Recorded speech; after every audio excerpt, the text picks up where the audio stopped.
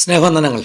നമ്മൾ ഇസ്രായേലിൻ്റെ ചരിത്രത്തിലേക്ക് ഒരു തിരിഞ്ഞു നോട്ടം. കഴിഞ്ഞ ദിവസങ്ങളിലൊക്കെ ഇസ്രായേൽ ജനത കഴിഞ്ഞ ചില നൂറ്റാണ്ടുകളായി നടക്കുന്ന വഴികളിലൂടെ നമ്മളൊന്നിച്ച് നടക്കുകയാണ്. റോയ് പാസ്റ്ററുമുണ്ട് നമ്മുടെ യാത്രയിൽ കൂടെ.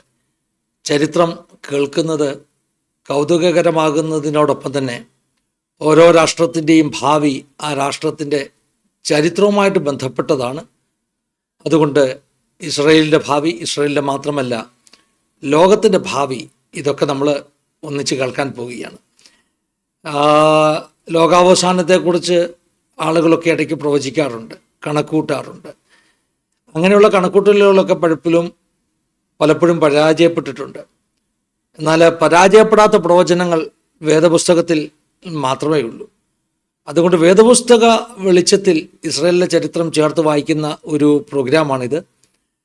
റോയ് പാസ്റ്റർ നമ്മുടെ കൂടെ ജോയിൻ ചെയ്തിട്ടുണ്ട്. വളരെ സ്നേഹത്തോടു കൂടെ, ആദരവോടുകൂടെ പ്രിയ റോയ് പാസ്റ്റർ ഈ സെഷനിലേക്ക് വെൽക്കം ചെയ്യുകയാണ്. Praise Lord pastor. Praise Lord. ഒരാഴ്ച നമുക്ക് പ്രോഗ്രാം ചെയ്യാൻ പറ്റിയില്ല. അപ്പോൾ എനിക്ക് തോന്നുന്നു നമ്മുടെ വ്യൂവേഴ്സൊക്കെ ചിന്തിച്ച് കാണാൻ എന്ത് പറ്റി, പെട്ടെന്ന് ഈ അബ്രപ്റ്റ്ലി ഇത് നമ്മൾ നിർത്തിക്കളഞ്ഞതാണോ എന്നൊക്കെ ചിന്തിച്ചവരുണ്ട്. പാസ്റ്റർ വലിയൊരു അല്ലേ ജീവിതത്തിലെ ഒരു ചലഞ്ചിലൂടെ കടന്നു പോവുകയായിരുന്നു. എന്നാൽ കർത്താവ് നൽകിയ വിടുതലൊക്കെ ഓർത്ത് ദൈവത്തിന് സ്തോത്രം കരയറ്റുകയാണ്. പാസ്റ്ററെ എന്ത് പറയുന്നു കാര്യങ്ങളൊക്കെ? കഴിഞ്ഞ ദിവസങ്ങളിൽ ഏകദേശം എൻ്റെ മൂത്ത കുഞ്ഞിന് അവന്റെ സ്പെഷ്യൽ ചൈൽഡാണ്. അവന് സുഖമില്ലാതെ ലങ്സിന് ന്യൂമോണിയ വന്നിട്ട് സിവിയർ ആയിട്ട് ഇൻഫെക്ഷൻ ആയിരിക്കും. അങ്ങനെ ഞങ്ങളൊരു 12 ദിവസം ഹോസ്പിറ്റലായിരുന്നു. ഇന്നലെ ഡിസ്ചാർജ് ആയി വീട്ടിൽ വന്നത് 8 ദിവസം ICUലായിരുന്നു. കുഞ്ഞിനെ തിരിച്ചു കിട്ടുമോ എന്ന് ചോദിച്ചു കഴിഞ്ഞാൽ അത് വലിയ ബുദ്ധിമുട്ടായിരുന്നു മാസ്റ്റർ. കാരണം ഞങ്ങൾക്ക് ഓർത്തില്ല, ഒരു ടെമ്പറേച്ചർ വന്ന സമയത്ത് ഞങ്ങൾ അതിനെ ഹോസ്പിറ്റലിൽ കൊണ്ടുപോയി ആന്റിബയോട്ടിക് കൊടുത്തു. പക്ഷെ രാത്രി ടെമ്പറേച്ചർ ഭയങ്കരമായിട്ട് ഷൂട്ടപ്പ് ചെയ്യും. കാരണം അവന് ആന്റിബയോട്ടിക് വർക്ക് ആവുന്നില്ല. അവന് ഓൾമോസ്റ്റ് അവന്റെ വയറൊക്കെ വീർക്കാൻ തുടങ്ങി. അവന്റെ ബ്രീത്തിങ്, ഞങ്ങൾ ഹോസ്പിറ്റലിൽ അവനെ ബാപ്റ്റിസ്റ്റ് ഹോസ്പിറ്റലിൽ കൊണ്ടുചെല്ലും. അവന്റെ ബ്രീത്തിങ്, അവന്റെ saturation 35 which is very impossible. ഒരു ഇമ്പോസിബിൾ ആയിട്ടൊരു കാര്യമോ ക്രൂഷ്യൽ. ഡോക്ടേഴ്സ് ഞങ്ങൾ മെഷീൻസ് മാറി കണക്ട് ചെയ്യുന്നു. എനിക്കത് അറിയുന്നില്ല ഇത് എത്ര സാച്ചുറേഷൻ ആണ്. എന്നെ സംബന്ധിച്ച് എനിക്കത് അറിയത്തില്ല. പക്ഷെ പെട്ടെന്ന് ഡോക്ടേഴ്സ് പറഞ്ഞു, പെട്ടെന്ന് കൊച്ചിനെ വെന്റിലേറ്ററിലോട്ട് മാറ്റണം, പെട്ടെന്ന് ഓക്സിജൻ കൊടുക്കണം. പെട്ടെന്ന് അവർ തന്നെ എമർജൻസി ഇട്ട് തന്നെ കൊച്ചിന് ഓക്സിജൻ കൊടുക്കുകയും കൊച്ചിനെ നേരെ ICUലോട്ട് മാറ്റുകയും ചെയ്തു. വെന്റിലേറ്ററിലോട്ട് മാറ്റേണ്ട ആവശ്യം വന്നില്ല. പക്ഷെ ഒരു പ്രാവശ്യം ഞങ്ങളെ വിളിച്ച് കൗൺസിൽ ചെയ്തപ്പോൾ പറഞ്ഞു വെന്റിലേറ്ററിലോട്ട് മാറ്റണം. ഞങ്ങൾ ഒത്തിരി ഭാരത്തിലായിരുന്നു. കഴിഞ്ഞ 10-12 ദിവസങ്ങൾ ഒത്തിരി ഭാരത്തിലായിരുന്നു. പക്ഷെ ദൈവം കുഞ്ഞിന്റെ ജീവൻ തിരിച്ചു തന്നു. അവനിപ്പോ സൗഖ്യത്തോടെ ആയിരിക്കുന്നു, ആരോഗ്യത്തോടെ ആയിരിക്കുന്നു, ഒത്തിരി ബെറ്റർ ആയിട്ടുണ്ട്. പക്ഷെ ഫുഡ് കഴിക്കുന്നു. അവന് ചെറിയ ഇത്രയും സിവിയർ ആയിട്ട് ആ ന്യൂമോണിയ അവന്റെ ലങ്സിന് വന്നത് കൊണ്ട് ഇപ്പൊ സാച്ചുറേഷൻ ലെവലൊക്കെ അല്പം ഡീപ് സ്ലീപ്പിൽ പോകുമ്പോൾ ഇച്ചിരി കുറവുണ്ട്. ഞങ്ങൾ അതുകൊണ്ട് പൈപ്പാപ്പ് മിഷനൊക്കെ വാടകയ്ക്ക് എടുത്ത് ഇങ്ങനെ രാത്രിയിലും പകലും ഒക്കെ ചില സമയത്തൊക്കെ ഇത് രാത്രി കൊടുക്കണം. 2 മണിക്കൂർ പൈപ്പാപ്പ് മിഷന്റെ സപ്പോർട്ട് കൊടുത്തുകൊണ്ടിരിക്കുക. ഒരു ക്രൂഷ്യൽ സമയമായിരുന്നു പാസ്റ്ററെ. ദൈവമക്കൾ ഒത്തിരി പേര് പ്രാർത്ഥിച്ചു. എന്റെ ദൈവത്തിന് സ്തോത്രം. ജീവന്റെ മരണത്തിന്റെ മേൽ അധികാരം ദൈവത്തിന്.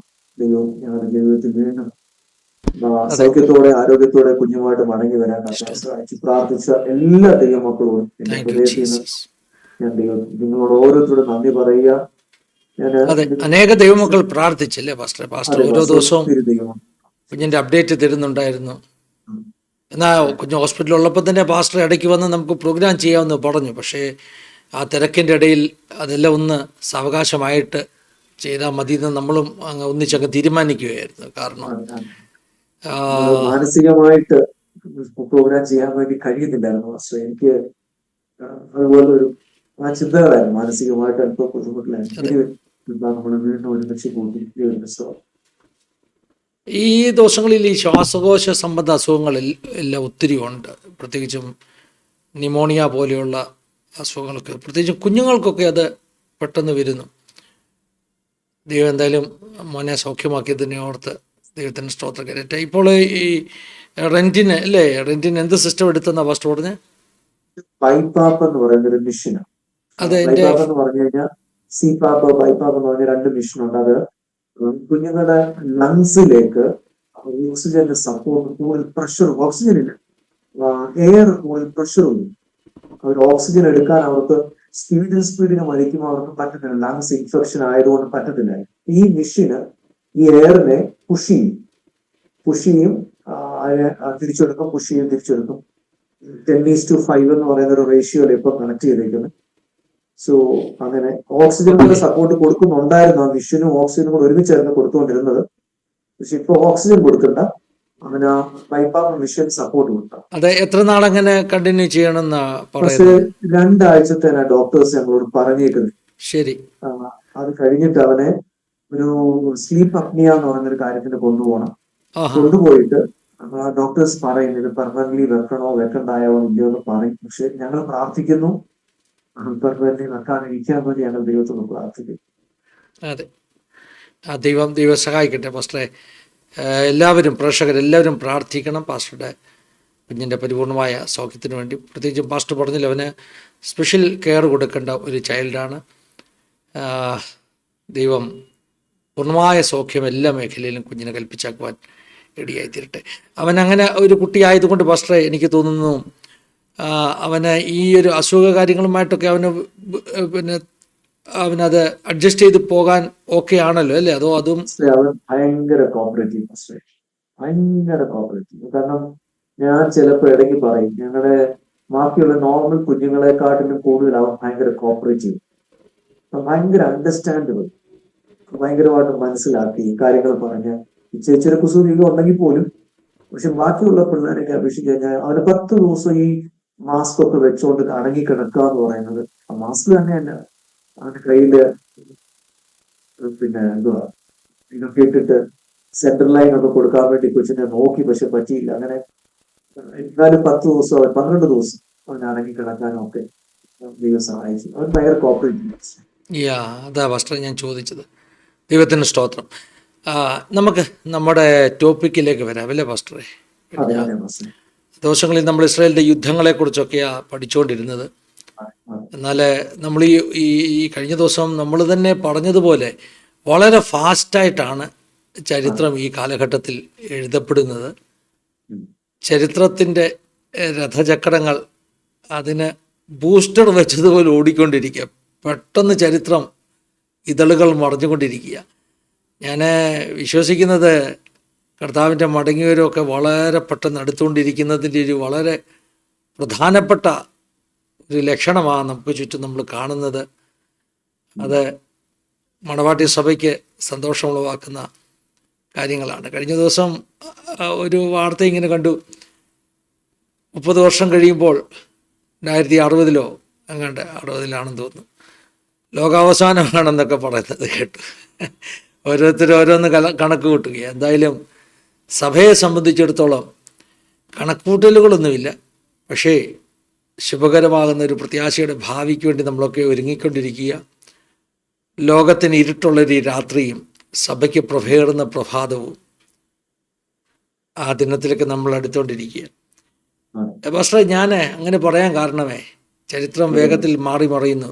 കഴിഞ്ഞ നമ്മുടെ സെഷന് ശേഷം പിന്നെയും പെട്ടെന്ന് മാറ്റങ്ങൾ ഉണ്ടായെന്ന് പറയാൻ കാരണം, കഴിഞ്ഞ സെഷനിലൊക്കെ നമ്മൾ ഹമാസിൻ്റെ കീഴടങ്ങലാണ് പറഞ്ഞതെങ്കിൽ ഇപ്പോൾ ഹമാസ് തല ഉയർത്തി തിരിച്ചു നിൽക്കുന്നൊരു കാഴ്ചയാണല്ലോ പാസ്റ്ററെ കാണുന്നത്. അപ്പം നമ്മുടെ കമൻറ്റുകൾ നമ്മൾ പറഞ്ഞു നോക്കെ ഹമാസ് ദേ കീഴടങ്ങിയിരിക്കുന്നു, അല്ലെങ്കിൽ ഇസ്രായേലിൻ്റെ വലിയ ചരിത്രപരമായ വിജയം എന്ന് പറഞ്ഞിട്ട്, എന്നിട്ടിപ്പോൾ എന്താണ് സംഭവിക്കുന്നതെന്ന് ചിലരൊക്കെ ഇങ്ങനെ വരെ എഴുതി ഹമാസ് ജയിച്ചിരിക്കുന്നു എന്ന് വരെ മാധ്യമങ്ങൾ പറയാനിടയായി തീർന്നു. അവരുടെ ആ ഒരു ഇസ്രായേലുമായിട്ടുള്ള കരാറ്, ബന്ദികളെ വിട്ടുകൊടുക്കാനുള്ള കരാറൊക്കെ അവരിപ്പം ബലം പിടിക്കാൻ തുടങ്ങിയിരിക്കുന്നു. എന്താ പാസ്റ്റർ ഇങ്ങനെ സംഭവിക്കുന്നത്? ഈ ഇലക്ഷൻ്റെ റിസൾട്ട് പോലെ മാറിയും മറിഞ്ഞും വരുന്ന അല്ലേ? എന്താ നമ്മൾ ഒരു ദൈവവചനം പഠിപ്പിക്കുന്നവരെന്ന നിലയിൽ നമുക്കെന്ത് കമന്റ് പറയാൻ പറ്റും? ഈ ടെററിസ്റ്റ് ഓർഗനൈസേഷനായ ഹമാസും അല്ലെങ്കിൽ ഹിസ്ബുള്ളയും ഇങ്ങനെയൊക്കെയുള്ള ഓർഗനൈസേഷന്റെ നേച്ചർ നമ്മൾ പഠിച്ചു കഴിഞ്ഞാൽ, മനസ്സിലാക്കി കഴിഞ്ഞാൽ, ഇവര് എന്നും സിവിലിയൻസിന്റെ ഷീൽഡ് വെച്ചോണ്ട് ഇവർ വർക്ക് ചെയ്യുന്നു. രണ്ട്, ഇവർക്ക് ഇവരുടേതായ ഒരു മതത്തിന്റെ അടിസ്ഥാനത്തിലുള്ള ഒരു വലിയൊരു അജണ്ട കിടക്കും.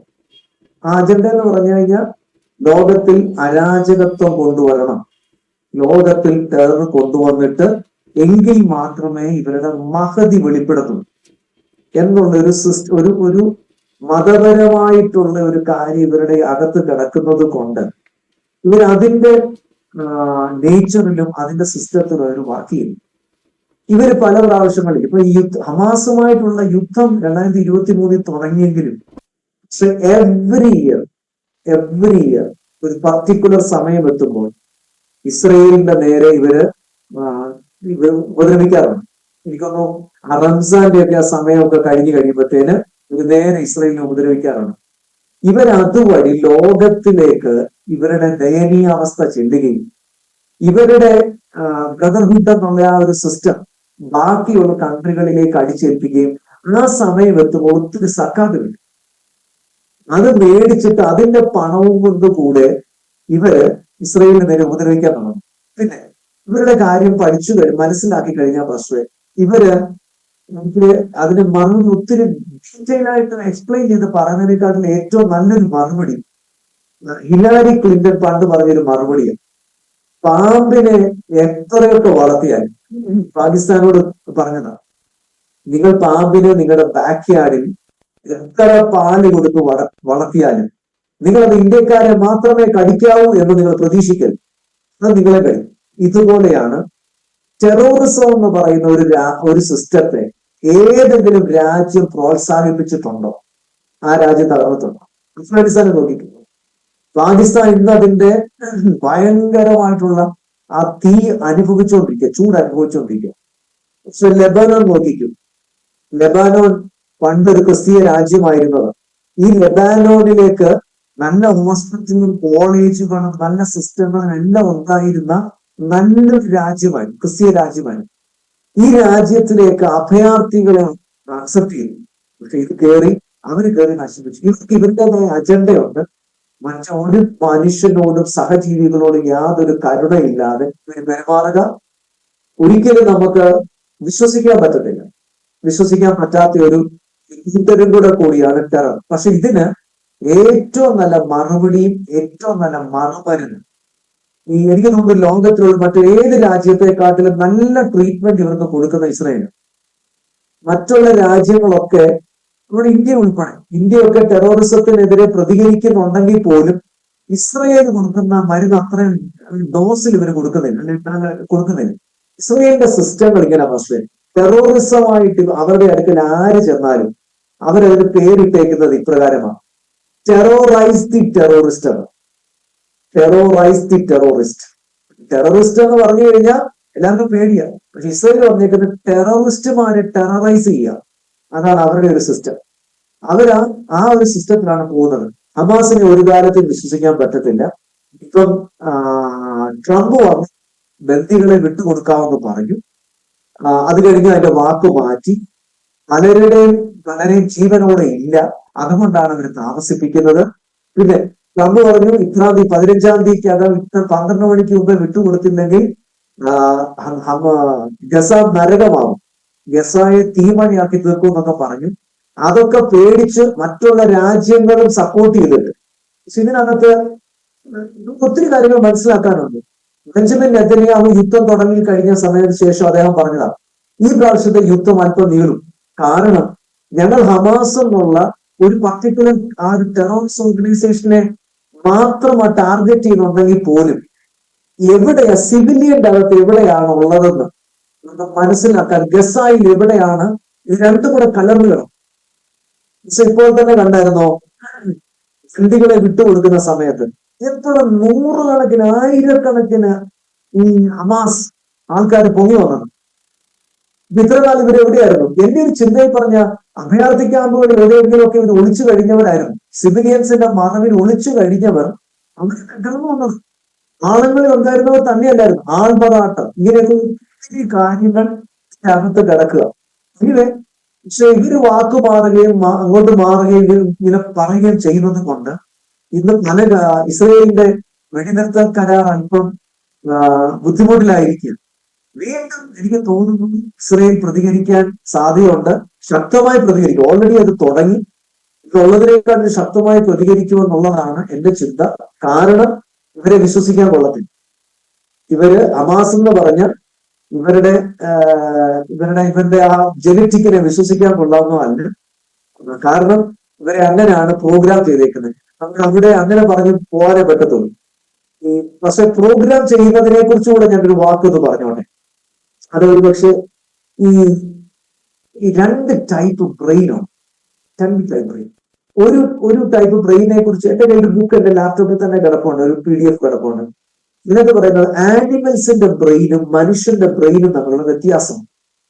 ആനിമൽസിന്റെ ബ്രെയിന് പക്ഷെ ഒരു ആനിമലിന് ഒരു കിടാവിനോ ഒരു കാട്ടിലെ ഏതെങ്കിലും മൃഗങ്ങൾക്ക് ഒരു കുട്ടി ജനിച്ചാൽ നിമിഷ നേരം കൊണ്ട് അത് എഴുന്നേറ്റ് നിൽക്കും. 10 മിനിറ്റ് അല്ലെ അരമണിക്കൂർ കൊണ്ട് ആ മൃഗം എഴുന്നേറ്റ് നിൽക്കും. അത് ഉടനെ തന്നെ അമ്മയുടെ അകടിയിൽ പോയി പാല് കുടിക്കാം. ഇപ്പൊ മണിക്കൂറുകൾ കഴിയുന്നതോടെ ഓടാൻ തുടങ്ങും. മണിക്കൂറുകളൊന്നും വേണ്ട, ഓടാൻ തുടങ്ങും. ദിവസങ്ങൾ കഴിയുന്നതോടുകൂടെ അത് അമ്മ എങ്ങനെയൊക്കെ ഓടുമോ, അല്ലെങ്കിൽ അതിന്റെ ബാക്കിയുള്ള കൂട്ടുമൃഗങ്ങളൊക്കെ എങ്ങനെ ഓടുമോ അതുകൊണ്ട് ഓടുകയും വെള്ളം കുടിക്കാൻ പോവുകയും ആഴ്ചകൾ കഴിയുന്നതോടുകൂടെ അല്ലെങ്കിൽ മാസങ്ങൾ കഴിയുന്നതോട് നോർമലാണ്. ഇപ്പൊ അടുത്തൊരു വീട് പോലെ സൂപ്പർ നോർമലാണ്. ഒരു ഏതെങ്കിലും പുലിയോ സിംഹമോ ഏതെങ്കിലും ഓടിക്കാൻ വന്നാൽ അതിനറിയാം ഡേഞ്ചറാണ്. ഒരു മാസം കഴിഞ്ഞപ്പോൾ ഇത് നോർമലായി. ശരീരത്തിലൂടെ എന്തുവാ കാര്യങ്ങൾ എന്നുള്ളത് മനസ്സിലായി. ബ്രെയിന് അങ്ങനെ. പക്ഷേ മനുഷ്യന്റെ ബ്രെയിൻ നോക്കിക്കേ. മനുഷ്യന്റെ ബ്രെയിന് ഒരു കുഞ്ഞ് ജനിച്ചു വീണാൽ അവന് തന്നെത്താൻ ആഹാരം കഴിക്കണമെങ്കിൽ 3 വർഷം വേണം. പക്ഷെ അത് കളയാതെ ആഹാരം കഴിക്കണമെങ്കിൽ ആനിമൽ ആണെങ്കിൽ ജനിച്ചു വീണ് 15 മിനിറ്റിനാകുമ്പോൾ അമ്മയുടെ അകിട് നോക്കി പാല് കുടിക്കാൻ തുടങ്ങും. ഇത് ഏത് സ്കൂളിൽ പഠിച്ചത്? ഈ കൊച്ചിനെ തന്നെത്താൻ ആഹാരം കഴിപ്പിക്കാൻ അമ്മയോ ആരെങ്കിലും പഠിപ്പിക്കണം. 2, 15 വർഷം മിനിമം സപ്പോർട്ടിംഗ് സിസ്റ്റം ഉണ്ടെങ്കിൽ മാത്രമേ ഈ കൊച്ചിന് സമൂഹത്തിൽ സർവൈവ് ചെയ്യാൻ പറ്റത്തുള്ളൂ. ഞാൻ പറഞ്ഞ മനുഷ്യന്റെ കാര്യമാണ്. പക്ഷെ മൃഗമോ ഒരാഴ്ച 1 മാസം എത്തുമ്പോഴത്തേന് അത് സൂപ്പർ നോർമലായി. മനുഷ്യന് 15 വർഷം എത്രയധികം സപ്പോർട്ടിംഗ് സിസ്റ്റം വേണം എങ്കിൽ മാത്രമേ മനുഷ്യന് സമൂഹത്തിൽ സൊസൈറ്റിയിൽ സർവൈവ് ചെയ്യാൻ പറ്റത്തുള്ളൂ. ഇതിനെക്കുറിച്ച് ഒരു സ്റ്റഡിയെ കുറിച്ച് പറയുന്നതാണ് ആനിമൽസിന്റെ ബ്രെയിൻ ദൈവം സൃഷ്ടിച്ചേക്കുന്നത് പ്രോഗ്രാംഡ് ബ്രെയിനാണ്. അതിന് അല്പം മിനിറ്റുകൾ കഴിഞ്ഞ ഉടനെ അതിന്റെ ബ്രെയിൻ ആക്ടിവേറ്റ് ആയി. അതിന്റെ സിസ്റ്റത്തിൽ അതിന്റെ പ്രോഗ്രാംഡ് അതെന്ത് തിന്നണം, ഏത് പച്ചപ്പുല്ല് തിന്നണം, ഏതെങ്കിലും സ്കൂളിൽ പോയി പഠിച്ചാണോ, ഏത് കാര്യങ്ങൾ കുടിക്കണം, എന്ത് കുടിക്കണ്ട, ഏത് പുല്ല് തിന്നണം, ഏത് തിന്നണ്ട, അതെല്ലാം പ്രോഗ്രാംഡ് ആയി ആ ബ്രെയിൻ അത് കിടക്കാം. ഇനി അല്പ ഹണ്ടിങ് ടെക്നിക് ഒക്കെ മറ്റുള്ള മൃഗങ്ങളുടെ കയ്യിൽ നിന്ന് പഠിച്ചാൽ മതി. മൃഗങ്ങൾക്ക് അത്രയേ ഉള്ളൂ. പക്ഷെ മനുഷ്യനോ 15 വർഷം വേണം മനുഷ്യരുടെ സിസ്റ്റത്തിൽ വരാൻ. മനുഷ്യന്റെ brain ബ്രെയിനാണ്. ആനിമൽസിന്റെ brain programmed brain. So ഈ ഒരു വിഷയത്തെ കുറിച്ച് നമ്മൾ പറയാമെങ്കിൽ മനുഷ്യന്റെ ബ്രെയിനെ ബൈബിൾ പ്രകാരം ജൂയിഷ് കൾച്ചറുകളിൽ കൂടെ നമ്മൾ പഠിച്ചാൽ 13 വയസ്സെത്തുന്നതിന് മുമ്പേ കുഞ്ഞിന്റെ ബ്രെയിൻ പ്രോഗ്രാം ചെയ്തിരിക്കും. 0 തൊട്ട് 5 വരെ പ്രോഗ്രാം ചെയ്യേണ്ടത് അത് ഏത് ബുക്കിൽ നിന്നാണ് പ്രോഗ്രാം ചെയ്യേണ്ടത്? ഒറിജിനൽ ബുക്കിൽ നിന്ന് പ്രോഗ്രാം ചെയ്താൽ കൊച്ച് നോബൽ പ്രൈസ് മേടിക്കും. ഒറിജിനൽ ബുക്കിൽ നിന്ന് പ്രോഗ്രാം ചെയ്താൽ കൊച്ച് സൊസൈറ്റിക്കും ഭൂമിക്കും പ്രപഞ്ചത്തിനും എല്ലാവരും ഭൂമിക്ക് അനുഗ്രഹമായിരിക്കും. അല്ല, വേറെ വല്ല ഡ്യൂപ്ലിക്കേറ്റ് ബുക്കിൽ നിന്ന് പ്രോഗ്രാം ചെയ്തെങ്കിൽ അവൻ ടെററിസ്റ്റ് ആവും, അവൻ ഭീകരവാദിയാവും, അവൻ സമൂഹത്തിനും ദേശത്തിനും മണ്ണിനും എല്ലാം അവൻ തകർന്നവനായിത്തീരും. ഇസ്രയേലിന്റെ സിസ്റ്റങ്ങളിൽ കൂടെ പഠിക്കാമെങ്കിൽ കാണാം 13 വയസ്സിനകം കൊച്ചിന്റെ ബ്രെയിൻ പ്രോഗ്രാം ചെയ്തിരിക്കണം.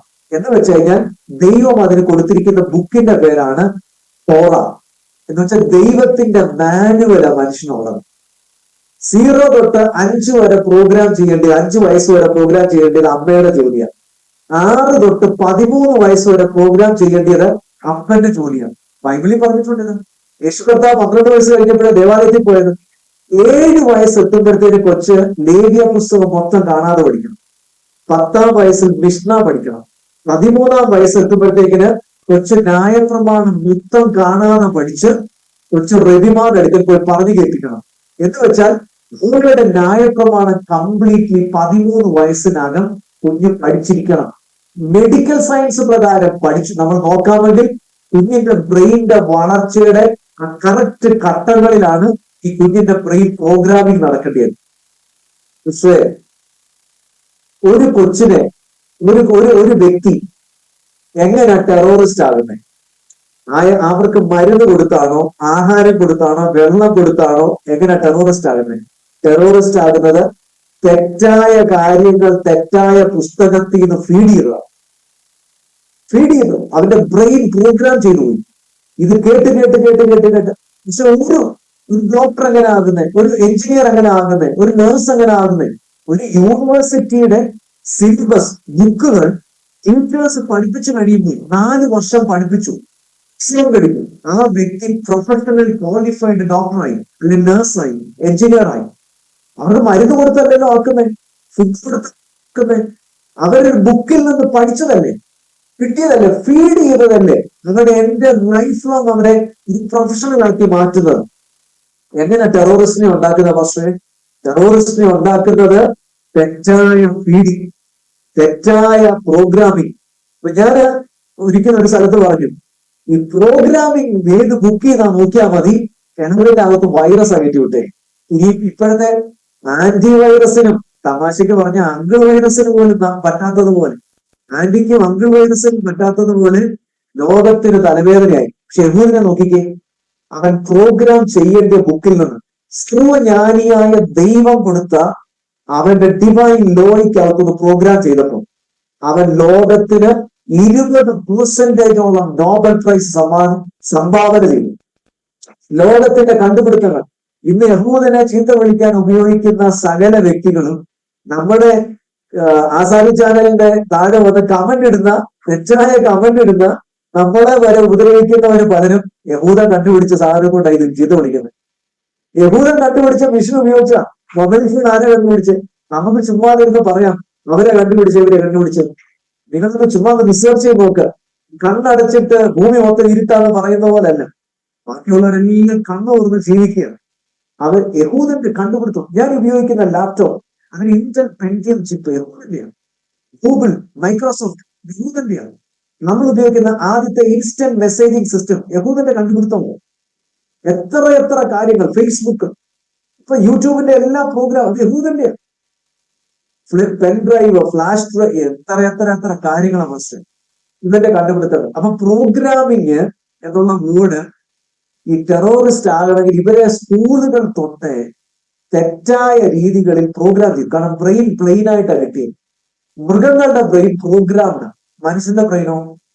ഇത് നമ്മൾ ഇന്നത്തെ സമൂഹത്തിലേക്ക് ഒന്ന് തിരിഞ്ഞു നോക്കാമെങ്കിൽ എത്രയധികം ടെററിസ്റ്റുമാർ വരുന്നത്, ഭീകരവാദികൾ വരുന്നത് ഏതിന്റെ ഒരു സ്രോതസ്സിൽ നിന്നാണ് വരുന്നത്? ഏതിന്റെ സ്രോതസ്സിൽ നിന്ന്? എവിടുന്നോ നരകത്തിൽ നിന്നുള്ള പ്രൊഡക്റ്റ് നിമിത്തം, അല്ലെങ്കിൽ അങ്ങനെ ഫീഡ് ചെയ്തു. ഇത് അതിന്റെ അപ്പുറം ഇതിന്റെ ഡീറ്റെയിൽ ആയിട്ട് പറയണമെങ്കിൽ കുറെ സമയങ്ങൾ എടുക്കേണ്ടി വരും.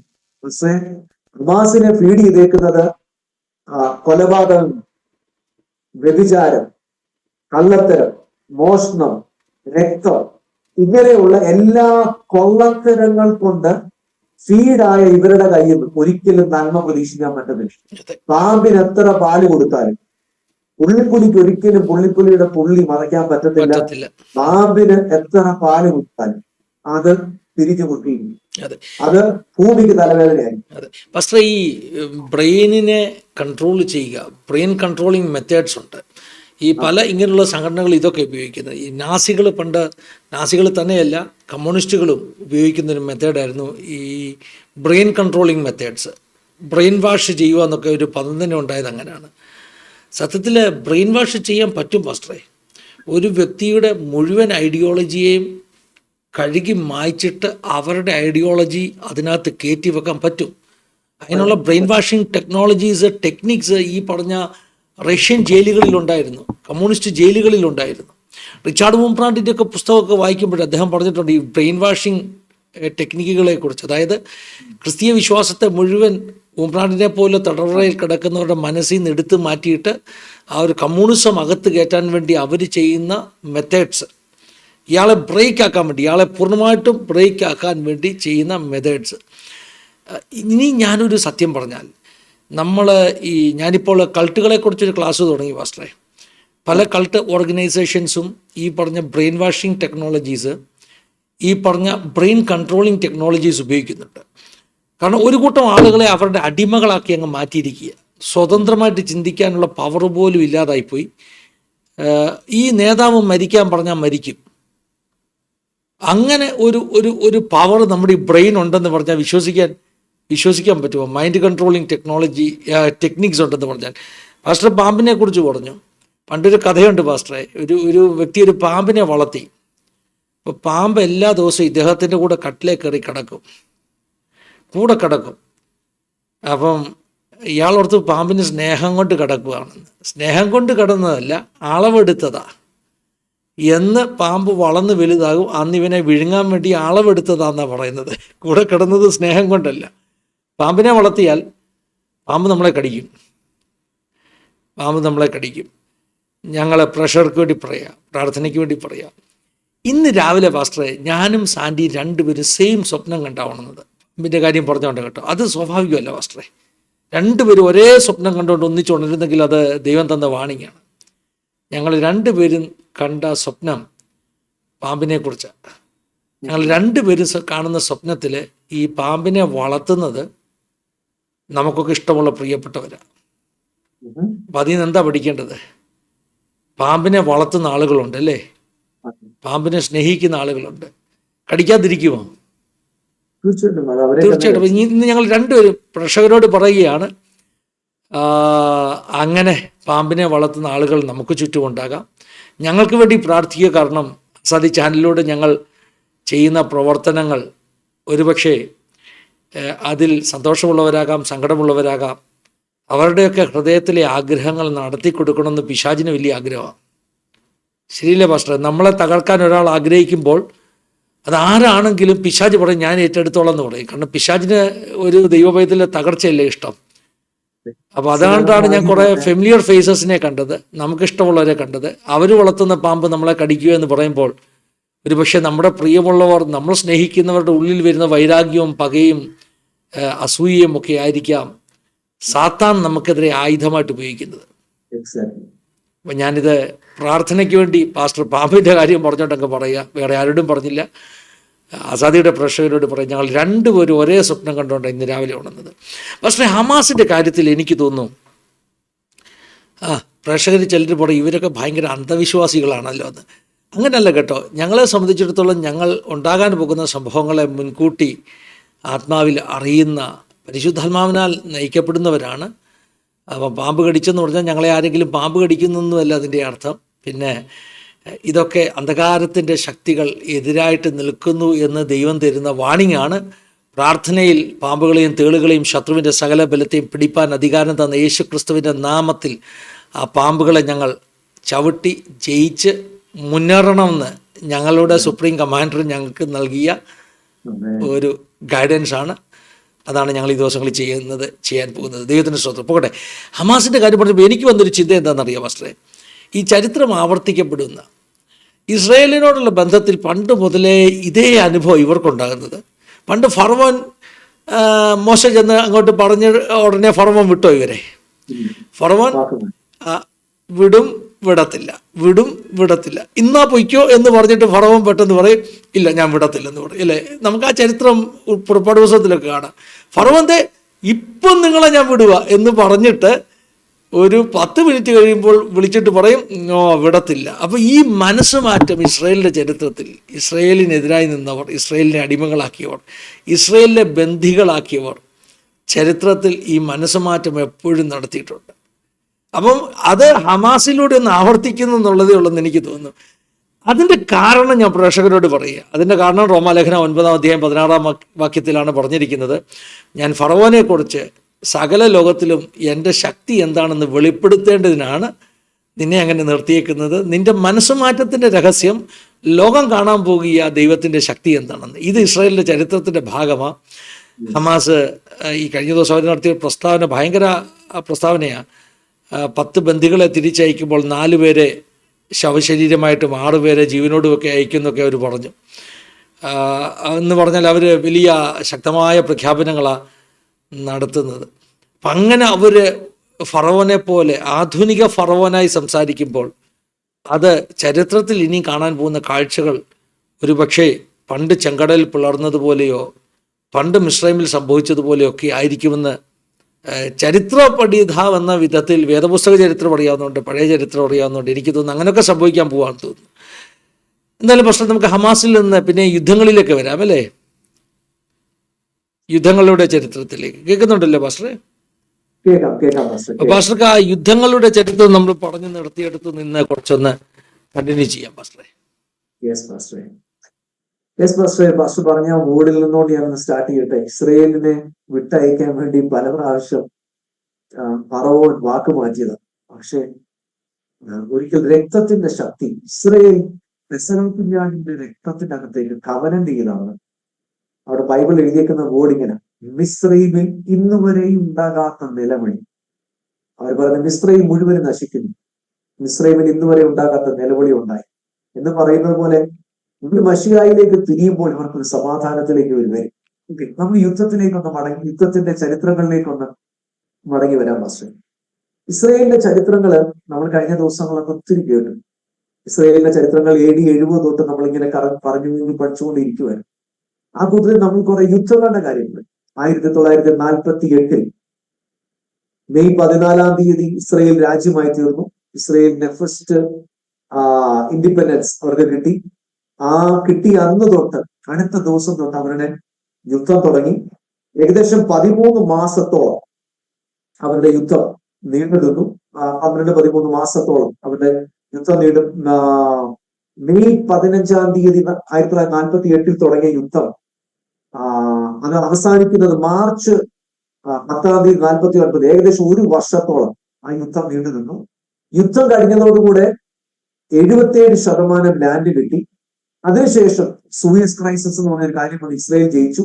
1967 സിക്സ് ഡേ വാറിന്റെ ചരിത്രങ്ങൾ കണ്ടു. 73 യോങ്കിപ്പൂർ എന്ന് പറഞ്ഞൊരു വാർ നടന്നു. 82 ലെബാനോൻ വാർ നടന്നു. 2006 സെക്കൻഡ് ലെബാനോൻ വാർ നടന്നു. 2023 ഒക്ടോബർ 7 ഇസ്രയേലും ഹമാസും തമ്മിലുള്ള വാർ നടന്നു. പക്ഷെ ഇതിനകത്തൂടെ എല്ലാം കഴിഞ്ഞ ദിവസങ്ങളൊക്കെ നമ്മൾ പഠിക്കുന്ന ഒരു കാര്യമാണ്, ചിന്തിക്കുന്ന ഒരു കാര്യമാണ്. ഇതിന്റെ അകത്തെല്ലാം ഒന്ന് നോക്കിക്കേ, ഈ ഡേറ്റുകൾ നിങ്ങൾ നോക്കിക്കേ. ഞാന് ഇവിടെ ഡേറ്റ് കൊടുത്തിട്ടുണ്ട്. ഈ ഡേറ്റിന്റെ പ്രത്യേകത എന്തുവാന്ന് പ്രീവിയസ് സ്ലൈഡുകളിലും പ്രീവിയസ് ക്ലാസ്സുകളിലും ഞങ്ങൾ പറഞ്ഞിട്ടുണ്ട്. ഈ ഡേറ്റിന്റെ പ്രത്യേകത എന്തുവാണെന്നും 1947 ഉള്ള ഡേറ്റിന്റെ പ്രത്യേകത എന്തുവാണെന്നും പ്രീവിയസ് ക്ലാസ് ഞങ്ങൾ പറഞ്ഞിട്ടുണ്ട്. നിങ്ങൾ നോക്കിക്കേ, ഇപ്പുറത്ത് ജൂബിലി ഇയർ എന്നിട്ടുണ്ട്. ജൂബിലി ഇയർ എന്ന് പറഞ്ഞാൽ ആത്മീകമായി ദൈവം ഇസ്രയേലിനെ പഠിപ്പിച്ച 50ാമത്തെ വർഷം. ഹമാസ് ബൈബിൾ വായിച്ചുകൊണ്ടല്ല ഇവർ യുദ്ധത്തിന് വരുന്നത്. ഇവരറിഞ്ഞോ അറിയാതെയോ സാത്താൻ അവരുടെ ഹൃദയത്തിൽ ചൊടിപ്പിച്ചു പോയി. സാത്താൻ അവരുടെ ഹൃദയത്തെ വശീകരിച്ചു. ഇത് വശീകരിക്കുന്നതും സമയമാകുമ്പോൾ സാത്താന്റെ വഞ്ചനയെ നമ്മൾ ആരും വീടരുത്. ഒരു മനുഷ്യൻ പോലും വീടല്ലെന്ന് ദൈവം ആഗ്രഹിക്കുന്നു. ഭീകരവാദികൾ ഉൾപ്പെടെ അവന് മടങ്ങി വരണമെന്ന് ദൈവം ആഗ്രഹിക്കുന്നു. നിങ്ങൾ നോക്കിക്കേ, ഇതിനകത്തുള്ള ദൈവത്തിന്റെ കരമുണ്ടോന്നും. 1897 പക്ഷേ ദൈവത്തിന്റെ കരം എത്ര മനോഹരമായിട്ടും വ്യക്തമായിട്ടും ഇസ്രയേലിന്റെ മുകളിൽ ഉണ്ടെന്നുള്ളതിന് ഭയങ്കര തെളിവുകൾ ഞങ്ങൾ കൊണ്ട് നിരത്താൻ പോകും. നിങ്ങൾക്ക് ഒരു പറയുകയല്ല, നിങ്ങൾക്കിത് നോക്കാം, നിങ്ങൾക്കിത് പഠിക്കാം. 1897 August 31 first world Zionism Congress നടക്കുന്നത്. നമ്മൾ അതിനെക്കുറിച്ച് പറഞ്ഞായിരുന്നു. തിയോഡർ ഹെസ്രൽ പറഞ്ഞ മറുപടി 1947 ഓഗസ്റ്റ് 31 ന്യൂമൻ കൂടുക. എന്തിനാ കൂടുന്നത്? ഇസ്രയേലിന് ഇൻഡിപെൻഡൻസ് കൊടുക്കണം, ഇസ്രയേലിനെ സ്വതന്ത്ര രാജ്യമാക്കണം. അത് കൂടുന്ന അന്ന് UN ആൾക്കാർ, അന്നത്തെ ആൾക്കാർ ബ്രിട്ടന്റെ നേതൃത്വത്തിൽ കൂടുമ്പോൾ ഇവർക്കൊന്നും ജൂബിലിയറിന്റെ പ്രമാണം അറിയത്തില്ല.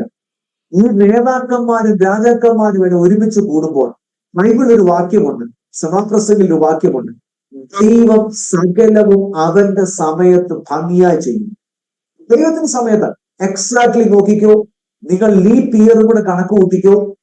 Correct jubilee year 1947 August 31. ഞങ്ങൾ അന്ന് പറഞ്ഞായിരുന്നു, തിയോഡർ ഹെസ്രൽ പറഞ്ഞ കാര്യം. ഇന്നേക്ക് 50 വർഷം കഴിയുമ്പോൾ നിങ്ങൾ 120. ഇന്ന് ഞാൻ എന്തെങ്കിലും പറഞ്ഞാൽ ലോകം എന്നെ നോക്കിച്ചിരിക്കും. 50 വർഷം കഴിയുമ്പോൾ നിങ്ങൾക്ക് ഇത് മനസ്സിലാവും. പക്ഷെ ഇത് കാണാൻ തിയോഡർ ഹെസ്രൽ ഇല്ലാതായി പോയി. ഇത് നോക്കിക്കോ, 1897 സെപ്റ്റംബർ 3 ആ നിയമം റെസൊല്യൂഷൻ സൈൻ ചെയ്തത്. നമ്മൾ പറഞ്ഞ തിയോഡർ എസ്രേലും എല്ലാം കൂടെ ഒരുമിച്ച് സൈൻ ചെയ്തത്. ഓഗസ്റ്റ് 31 വേൾഡ് സയോണിസം കോൺഗ്രസ് കൂടി സെപ്റ്റംബർ 3 സൈൻ ചെയ്തു. എക്സാക്ട്ലി 1947 ഓഗസ്റ്റ് 31 UN കൂടി സൈൻ ചെയ്യുന്നത് 1947 സെപ്റ്റംബർ 3. സോ ഇങ്ങനെ ആർക്ക് ചെയ്യാൻ പറ്റും? നിങ്ങളിത് ചരിത്രങ്ങളിൽ നിങ്ങൾ പഠിച്ചു നോക്കിക്കോ. ഞാനും ഫിലിപ്പാസും കൂടെ ഇരുന്ന് പറയുന്ന ഉണ്ടാക്കിയ ഒരു ഡേറ്റ് അല്ല. 1917 ബ്രിട്ടീഷുകാര് ഇത് കോൺകർ ചെയ്യും. അതിന്റെ പുറകിലോട്ട് നോക്കിക്കോ. കോൺകർ ചെയ്യും ബ്രിട്ടീഷുകാർ. അവിടെ വെച്ചാൽ ബ്രിട്ടീഷുകാർ ആദ്യമേ വരുമ്പോഴാണ്, ഒന്നാം ലോകമഹായുദ്ധത്തോടുകൂടെ വരുമ്പോഴാണ് ജെയിംസ് ആർത്തർ ബാൽഫർ ഡിക്ലറേഷൻ എഴുതുന്നത്, ഇംഗ്ലണ്ടിലെ ക്യൂൻ എഴുതുന്നത്. നിങ്ങൾ ഈ 1917 പുറകിലോട്ട് പഠിച്ചു നോക്കിയേ. 1867 എത്തുമ്പോൾ ഇസ്രയേലിനെ സംബന്ധിച്ച് ഓട്ടോമൻ ടർക്ക് ഇസ്രയേലിനെ, അല്ലെങ്കിൽ അന്നത്തെ പാലസ്തീൻ സ്ഥലത്ത് ഇസ്രയേലിനെ ഇൻവൈഡ് ചെയ്തിട്ട് ആ 7 ജൂബിലി ആകുമ്പോൾ 1867 8ാമത്തെ ജൂബിലിയാണ് 1917 8ാമത്തെ ജൂബിലി. എവിടെ തൊട്ടാ? ഞാൻ ഒരിക്കൽ കൂടി ആ കണക്കൊന്ന് പറയാം. 1567 ഓട്ടോമൻ ടർക്ക് എംപയർ ഇസ്രയേലിന്റെ നേരെ വന്ന് ആ സ്ഥലത്തെ ഇൻവേഡ് ചെയ്യുന്നത്, പിടിച്ചടക്കുന്നത്. അതിനുശേഷം 7 ജൂബിലിയർ കഴിഞ്ഞു. 7 ജൂബിലിയർ എന്ന് വെച്ചാൽ 350 വർഷം കഴിഞ്ഞു. 350 വർഷം കഴിയുമ്പോഴത്തേക്കിനും 1867 7 ജൂബിലി, ദൈവത്തിന്റെ ശിക്ഷയുടെ കാലഘട്ടം ഫിനിഷ്ഡ്, കംപ്ലീറ്റ്. അത് കഴിഞ്ഞ് 8ാമത്തെ ജൂബിലി വരുമ്പോഴത്തേന്, 8 എന്ന് പറഞ്ഞാൽ ആ വേർഡിന്റെ അർത്ഥം ന്യൂ ബിഗിനിങ് എന്ന്, പുതിയ മനുഷ്യൻ, പുതിയ തുടക്കം എന്നാണ്. 1917 വന്നു. 17 ബ്രിട്ടീഷുകാർ അവിടെ വന്ന് ഇസ്രായേലിനെ വന്ന് പിടിച്ചു. അല്ലെങ്കിൽ ഫസ്റ്റ് വേൾഡ് വാറിൽ കൂടെ ഈ സ്ഥലത്ത് വന്നെത്തി. 1917 തൊട്ട് അടുത്ത എക്സാക്ട്ലി 50 വർഷം നോക്കിക്കോ. 1967 എത്തിയപ്പോൾ, ജൂൺ 5 എത്തിയപ്പോൾ 6th Day വാർ തുടങ്ങി. 6th Day വാർ തുടങ്ങിയത് ഇസ്രായേലിന് എന്തു പറ്റി? ഇസ്രായേലിന് അവരുടെ ജെറുസലേം തിരിച്ചു കിട്ടി. അന്ന് വരെ UN പിടിച്ചു വെച്ചിരുന്ന, അല്ലെ UNന്റെ നേതൃത്വത്തിലുണ്ടായിരുന്ന ആ ജെറുസലേമിനെ 1967 ജൂൺ 5 തുടങ്ങിയ യുദ്ധത്തിന്റെ 3ാം ദിവസം അവർ ജെറുസലേമിനെ ക്യാപ്ചർ ചെയ്യും. നോക്കിയ പാസ്റ്ററെ, അല്ലെ ഞങ്ങളുടെ പ്രേക്ഷകരൊന്ന് ശ്രദ്ധിച്ച്, എക്സാക്ട്ലി 50 വർഷം അവിടെയും കാണാം ജൂബിലിയർ. ഇനി അടുത്തത് 1973 ഒക്ടോബർ 6 യോങ്കിപ്പൂർ വാർ നടന്നു. 67 യുദ്ധത്തിന് വിളിക്കുന്ന പേര് 6th Day വാറാണ്. 73 യുദ്ധത്തിന് വിളിക്കുന്ന പേര് യോങ്കിപ്പൂർ വാറാണ്. 1973 ഒക്ടോബർ 6 ഇതൊന്ന് എഴുതി വെച്ച് നോക്കിക്കോ. എക്സാക്ട്ലി 50 വർഷം കഴിഞ്ഞു. 2023 ഒക്ടോബർ 7 എത്തി.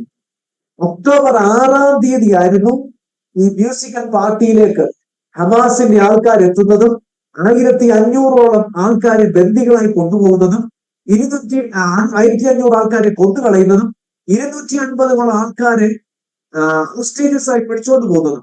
ഇസ്രായേൽ 7 ഡിക്ലെയർ ചെയ്ത യുദ്ധം ഒക്ടോബർ 7.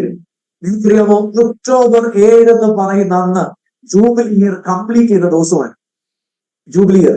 ഞാൻ ഈ ഡേറ്റുകൾ ഒന്ന് പറഞ്ഞിട്ട് കുറച്ചുകൂടെ ദിവസങ്ങളുടെ ആക്യുറസിയിലേക്ക് വരാം. 1967 ജൂൺ 5 തൊട്ട് അടുത്ത 50 വർഷം എണ്ണിയാൽ 2017 ജൂൺ 5 വരെ. 2017 ജൂൺ 5 എന്ന് പറയുന്നത് അന്ന് അമേരിക്കയുടെ പ്രസിഡന്റായ ട്രംപ് ഭരിക്കുന്ന ഒന്നാം ഘട്ടത്തിൽ ഒന്നാം സമയത്ത്, തന്റെ ആദ്യത്തെ ടേമിൽ ഭരിക്കുന്ന സമയമാണ് 2017 ജൂൺ 5. അന്ന് എന്തോ നടക്കുന്നതെന്ന് അറിയാമോ? അമേരിക്കയുടെ സെനറ്റ് കൂടി, അല്ലെ അമേരിക്കയുടെ പാർലമെന്റ് കൂടി, അവരുടെ കോൺഗ്രസ് കൂടി, അവരൊരു കാര്യം ചെയ്യുക. ഇസ്രായേലിന്റെ ക്യാപിറ്റൽ യെരുശലേം ആക്കണം. അത് ഒരുമിച്ച് കൂടി അവർ വോട്ടിടുന്നത് 2017 ജൂൺ 5. പക്ഷെ അമേരിക്കയുടെ ആ കോൺഗ്രസ് വോട്ടിടണമെങ്കിൽ ഇവർ ബൈബിളിലെ ഡേറ്റ് നോക്കിയിട്ടാണ് വോട്ടിടുന്നത്? അല്ല, ഒരിക്കലുമല്ല. പക്ഷെ അവരറിഞ്ഞോ അറിയാതെയോ ഞങ്ങളെ കേൾക്കുന്ന എല്ലാ പ്രേക്ഷകരും നിങ്ങൾ ഇത് എഴുതി വെച്ച് നോക്കി. 1967 ജൂൺ 5 യുദ്ധം തുടങ്ങുന്നത്. എക്സാക്ട്ലി 50 years എത്തുമ്പോ, ഈ 50 years എന്ന് പറഞ്ഞാൽ എന്തുവാ? ദൈവത്തിന്റെ ജൂബിലി ഇയറാണ്. Jubilee year. അങ്ങനെയാണ് ലോകത്തെ ദൈവം നിയന്ത്രിക്കുന്നത്. ഒരിക്കലും പിശാചിന് ലോകത്തെ എല്ലാം നിയന്ത്രിക്കാൻ പറ്റത്തില്ല. പിശാചിന് അവന് സഞ്ചരിക്കാൻ സമയമുണ്ട്. അവന് ഒമിനി പ്രസന്റ് അല്ല, യൂനി പ്രസന്റ്. അവൻ എല്ലായിടത്തും എല്ലാ സമയത്തും ഒരുപോലെ നിൽപ്പെടാൻ പറ്റത്തില്ല. അവൻ എപ്പോഴും എല്ലായിടത്തും സഞ്ചരിക്കാൻ പറ്റത്തില്ല. അതിനെ വിളിക്കുന്ന പേര് സാത്താനെന്നാണ്, പിശാചെന്നാണ്. ഒരിക്കൽ ഭൂമിയിൽ മൊത്തം മഹാരാജാവ് സകല രാജ്യങ്ങൾക്കും മീതെ ഭരിക്കുമെന്നുള്ളതിന്റെ തെളിവ് പ്രത്യേകിച്ച് അത് ഇസ്രയേലിൽ കൂടെ റിഫ്ലക്ട് ചെയ്ത് വരുന്നതാണ്. 2017 ജൂൺ 5 ജൂബിലിയാണ്. ഒരിക്കൽ US പ്രസിഡന്റ് യെരുശലേമിനെ ക്യാപിറ്റൽ ആക്കാൻ ഡിക്ലെയർ ചെയ്യുന്ന ദിവസം. ഞാൻ അടുത്തൊരു കണക്കും കൂടെ ഞങ്ങളുടെ പ്രേക്ഷകരുടെ മുന്നിലോട്ട് വെക്കുക. നിങ്ങളൊരു പേരായി പേപ്പറും കൂടെ എടുത്തോണ്ട് എഴുതിയെടുത്തോടെ ചെയ്തു. 1967 ജൂൺ 5 തൊട്ട് 1973 ഒക്ടോബർ 6 വരെ ഉള്ള ദിവസങ്ങൾ കണക്ക് കൂട്ടിയാൽ നിങ്ങൾക്ക്, ഞാനിവിടെ കൊടുത്തേക്കുന്ന ഈ PPT നിങ്ങൾക്ക് കാണാമെങ്കിൽ ഇവിടെ ഇത് നിങ്ങളുടെ മൊബൈൽ എടുത്തിട്ട് ഒരു QR കോഡാണ്, അതൊന്ന് സ്കാൻ ചെയ്യണം. സ്കാൻ ചെയ്യുമ്പോൾ അതിനകത്തൊരു കലണ്ടർ ഓപ്പൺ ആകും. ഇന്റർനെറ്റിലുള്ള ഒരു കലണ്ടറാണ്, ഒരു സെർവർ ഓപ്പൺ ആകും. ഓപ്പൺ ആയി കഴിഞ്ഞാൽ ഉടനെ നിങ്ങൾക്ക് അതിനകത്ത് അടിച്ചു കൊടുക്കണം. കാരണം നിങ്ങൾക്ക് ഈ പഠിക്കാൻ വേണ്ടിയിട്ടാണ്.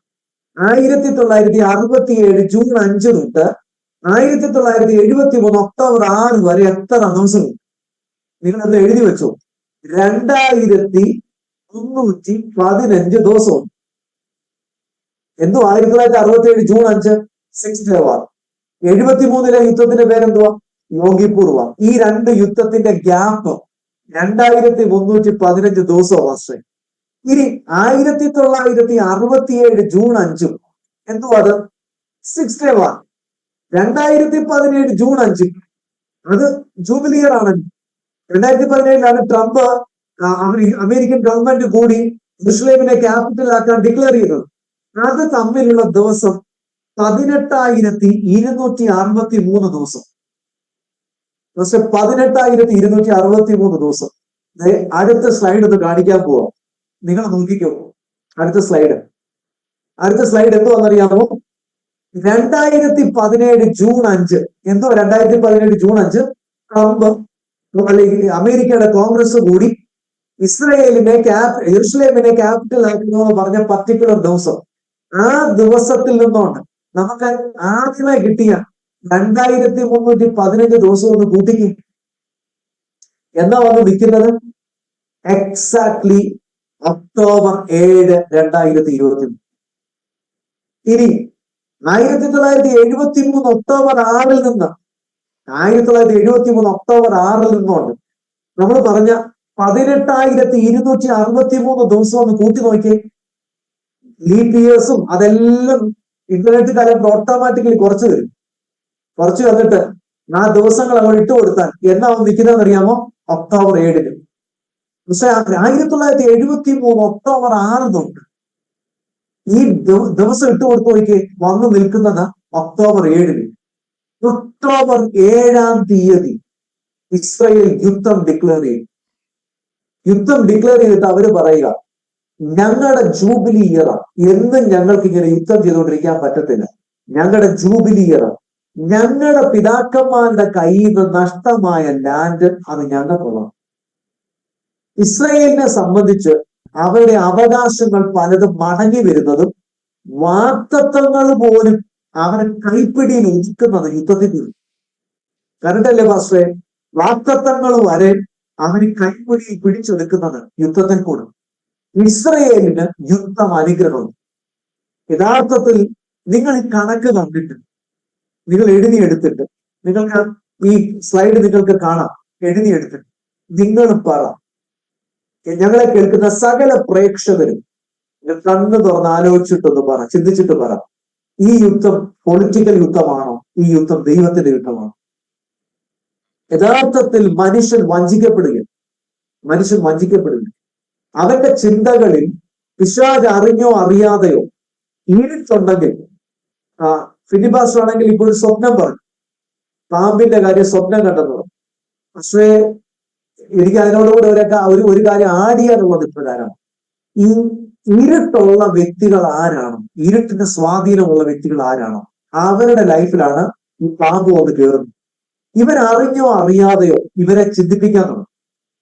ഇവരുള്ള സിസ്റ്റത്തിൽ ഇവരെ പുറത്തെടുക്കാൻ, ഇവരെ അവരറിഞ്ഞോ അറിയാതെ ഈ പൈശാചിക ശക്തികൾ ഇവരെ ചലിപ്പിച്ചോണ്ട്, ഇവരുടെ ചിന്തകളെ, ഇവരുടെ വികാരങ്ങളെ, ഇവരുടെ നാവിനെ, ഇവരുടെ ആശയങ്ങളെ എല്ലാം പിശാച് ഉപയോഗിച്ചുകൊണ്ടിരിക്കും. നാളുകൾ കഴിഞ്ഞിട്ടായിരിക്കും ഇവര് റിഗ്രറ്റ് ചെയ്യുന്നത്. അയ്യോ, ഞാനൊരു പൈശാചിക സ്വാധീനത്തിലായി പോയല്ലോ, ഇതെന്റെ ലൈഫിൽ എത്രയോ നല്ല ബന്ധങ്ങളെ തകർത്ത് കളഞ്ഞു. ഇരുട്ടുണ്ടെങ്കിൽ പിശാച് അവൻ കയറി വരും. ഒരു ഇരുട്ടാണ് ഒളിഞ്ഞിരിക്കും. അവനെ കുറിച്ച് ബൈബിൾ പറഞ്ഞേക്കുന്നത് അവൻ കള്ളനെന്ന്. അവൻ അറുക്കാനും ബുദ്ധിക്കാനും മോഷ്ടിക്കാനും വരുന്നവനാണ്. മോഷ്ടിക്കാന്ന് പറഞ്ഞാൽ നമ്മുടെ പണം തന്നെയല്ല മോഷ്ടിക്കാൻ വരുന്നത്, നിങ്ങളുടെ നല്ല ബന്ധങ്ങളെ അവൻ തകർത്ത് കളയും, മുട്ടച്ചു കളയും. ഇത് നോക്കിക്കേ, ഈ കണക്കുകൾ നിങ്ങൾ നോക്കിക്കേ. യുദ്ധം തുടങ്ങുന്ന date October 7 Benjamin Netanyahu declare ചെയ്യുമ്പോഴും ബെഞ്ചമിൻ നെതന്യാഹുവിന്റെയും അല്ലെങ്കിൽ അന്ന് ഭരിച്ചുകൊണ്ടിരുന്ന ജോ ബൈഡന്റെയും ഇന്ന് ഭരിക്കുന്ന ഡൊണാൾഡ് ട്രംപിന്റെ എല്ലാം മുകളിൽ ഒരു മഹാരാജാവ്. തന്റെ കണക്കുകൾ പോലെയാണ് ഭൂമിയിൽ സകലവും നടക്കുന്നത്. കാരണം ചരിത്രങ്ങളുടെ മീതെ ദൈവത്തിന്റെ കരമാണ്, സകല പ്രപഞ്ചത്തിനും മീതെ ദൈവത്തിന്റെ കരമാണ്. ഇന്ന് നമുക്ക് ഈ കണക്കുകളിൽ കൂടെ മനസ്സിലാക്കാൻ പറ്റുന്ന ഒരു കാര്യമാണ്. പക്ഷെ എനിക്ക് വ്യക്തമായിട്ടും സ്പഷ്ടമായിട്ടും വിളിച്ചു പറയാൻ പറ്റുന്ന ഒരു കാര്യമില്ല. ഈ യുദ്ധം മനുഷ്യർ തമ്മിലുള്ളതല്ല. ഈ പൊളിറ്റിക്കൽ ഇഷ്യൂ അല്ല. ഇനി ഒത്തിരിയും വരെ പിശാച് ചൊടിപ്പിച്ചു വിട്ടു. അത് പ്രോഗ്രാമിംഗ് ചെയ്തതിന്റെ കുഴപ്പം. വേറെ ബുക്ക് ചെയ്യുന്ന പ്രോഗ്രാം ആയിരിക്കും. അതവിടെയാണ് പ്രശ്നം പറ്റി. പ്രോഗ്രാമിംഗ് ചെയ്തതിനകത്ത് വൈറസ് കയറ്റി വിട്ടു. അതുകൊണ്ട് ഒറിജിനലിനോട് എന്നും പ്രശ്നമാണ്. അതിന് സ്വസ്ഥത കൊടുക്കത്തില്ല. ഒറിജിനൽ ഞങ്ങളെ കേൾക്കുന്ന ആരെങ്കിലും ഉണ്ടെങ്കിൽ നിങ്ങൾ കണ്ണു തുറന്ന് ചിന്തിക്കും. നിങ്ങൾ ഒന്ന് മനസ്സിരുത്തി ഒരു ന്യൂട്രലി വന്നിട്ടൊന്ന് ചിന്തിച്ചു നോക്കും. കാരണം ദൈവം എന്ന് പറയുന്ന വ്യക്തി സകലത്തിനും മീതെ ഉണ്ടെന്ന് ഒന്നും വേണ്ട. കാരണം ദൈവത്തിന് പണ്ടൊരു ദേവദാസൻ ചോദിച്ചൊരു കാര്യം, ഒരു ചോദ്യം വാസ്തു നമ്മുടെ ആൾക്കാര് ഇച്ചിരി തമാശ പോലെ ആണെങ്കിൽ പോലും അത് ഭയങ്കര ഒരു കാര്യം കിടപ്പുണ്ട്. വർഷങ്ങൾക്ക് പുറകിൽ ഒരു പാസ്റ്റർക്ക് ഒരു വണ്ടി ഒരാൾ ഗിഫ്റ്റ് കൊടുത്തു. ഒരു മാരുതിയുടെ ഒരു ഒമിനി കാർ ഗിഫ്റ്റ് കൊടുത്ത സമയത്ത് അത് സഹിക്കാൻ പറ്റാത്ത ഒരാള്, ആ ചർച്ചിൽ തന്നെ ഉള്ള ഒരാൾ പറഞ്ഞു, അയ്യോ പാസ്റ്ററെ, ആ വണ്ടി കൊണ്ട് പോകലെ, വണ്ടിയുടെ മുമ്പിൽ ശവം കിടക്കുന്ന ഞാൻ കണ്ടെന്നു.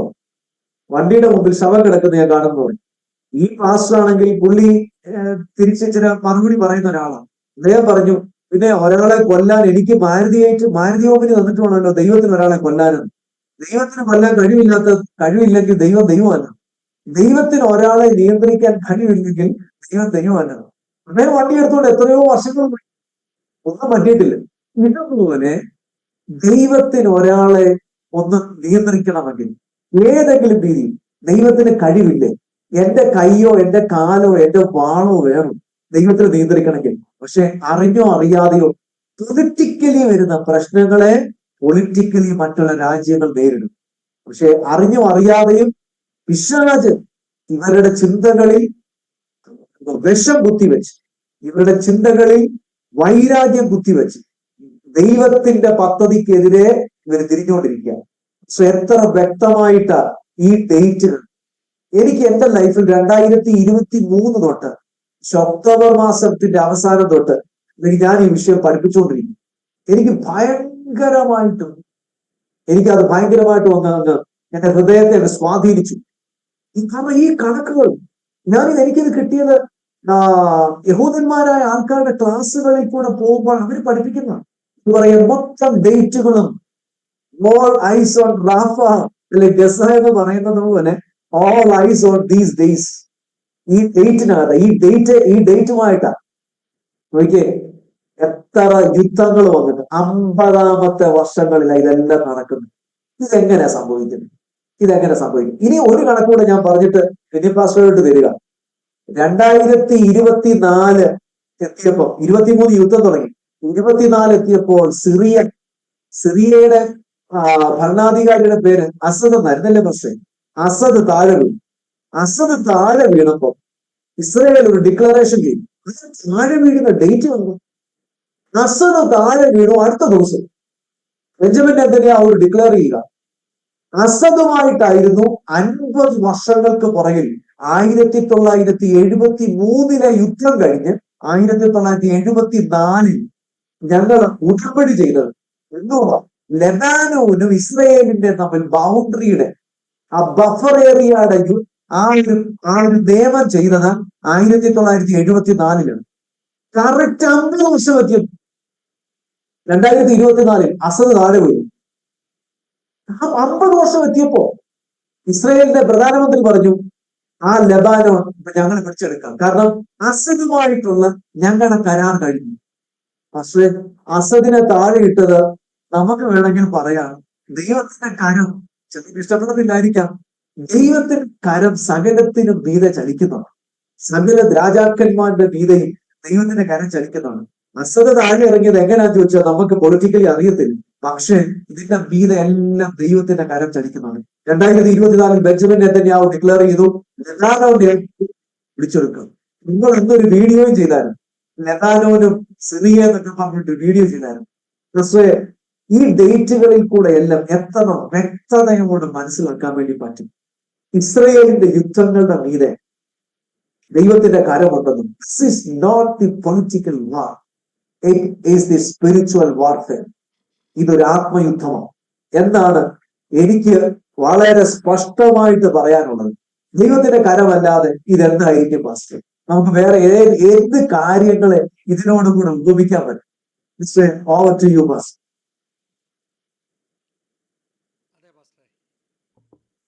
കേൾക്കുന്നില്ല. ഞാൻ സൗണ്ട് ഒന്ന് കുറച്ച് വെച്ചിരിക്കുകയായിരുന്നു.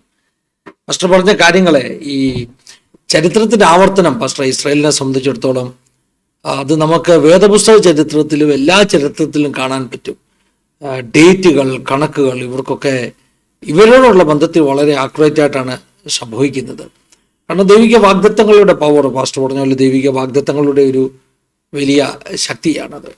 ഞാൻ വിശ്വസിക്കുന്നത് ഇനിയും നാളത്തെ ചരിത്രം എന്തുമാകട്ടെ, അതിനകത്തെല്ലാം മുമ്പേ ഞാൻ പറഞ്ഞതുപോലെ ഫറവോനിലൂടെ എങ്ങനെയാണ് ദൈവശക്തി ലോകം കണ്ടത്, അതുപോലെ ഫറവോനെ ദൈവം നിർത്തിയത് തന്നെ, ഫറവോനെ ദൈവത്തിന് നിഷ്കാസനം ചെയ്യാൻ ഒരു സെക്കൻഡ് പോലും വേണ്ട. പക്ഷെ അങ്ങനെ ചെയ്യാതെ ദൈവം നിർത്തിയത് തന്നെ ദൈവത്തിൻ്റെ ലക്ഷ്യം ഫറവോനിലൂടെ ലോകം കാണണം, ദൈവത്തിൻ്റെ ശക്തി എന്താണെന്ന് ലോകം കാണണം എന്നുള്ളതായിരുന്നു. അപ്പോൾ ഇനിയുമുള്ള ഫ്യൂച്ചറിൽ നമ്മൾ കാണാൻ പോകുന്നതും ദൈവപ്രവൃത്തിയാണ് കാണാൻ പോകുന്നത്. ലോകം മുഴുവൻ അറിയും.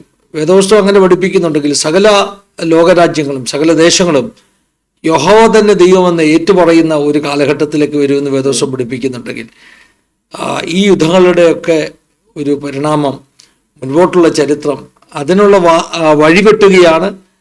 അങ്ങനെയുള്ള സംഭവങ്ങൾ പിന്നെ നമ്മൾ കാണാൻ പോകുകയാണ്.